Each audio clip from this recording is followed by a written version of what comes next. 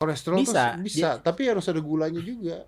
Jadi gini, kalau misalkan kita ngomongin masalah jantung itu, serangan jantung tadi kan. Serangan jantung itu bisa terjadi karena ada penyumbatan pada pembuluh darah jantung kan. Iya. Nah, penyumbatan itu kan bisa terjadi karena adanya plak di situ. Nah, plak itu kan karena lemak tuh di situ. Betul. Tapi bisa juga ada faktor lainnya yang bisa menyebabkan terjadinya plak. Ada darah tinggi, ada kencing manis, diabetes. Nah, makanya Kolesterol bisa nggak sih bikin serangan jantung? Kolesterol tuh Bisa. bisa, tapi harus ada gulanya juga. jadi Oh gitu.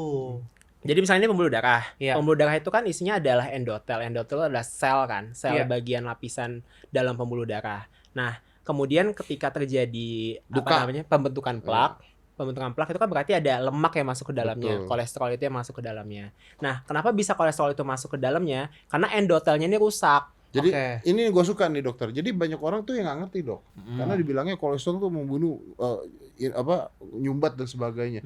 Kolesterol tuh sebenarnya, correct me if I'm wrong ya, Yes. you're the doctor. Jadi ketika ada luka di pembuluh darah, kolesterol tuh tugasnya nutupin itu. Oh, malah sebenarnya itu bagus harusnya. Tadi Terus- kenapa si Endotel. endotel itu rusak tuh kenapa? Nah itu dulu yang Nah. kita harus tahu. Kenapa endotel itu rusak? Satu, bisa karena tekanan darah. Dia Iya. juga ketika dia hipertensi, dia bisa merusak pembuluh Oke. darah itu. Wah. Terus yang Apalagi? kedua, kencing manis. Kencing manis itu dia juga bisa merusak dinding pembuluh darahnya, endotelnya itu. Oke. Endotel itu rusak, akhirnya si kolesterol itu masuk. Kebentuklah namanya, kolesterol itu kan LDL yang biasanya jahat Iya. kan, kolesterol LDL. Kalau darah nggak bisa Lewat. ngalir lagi, ya udah serangan jantung.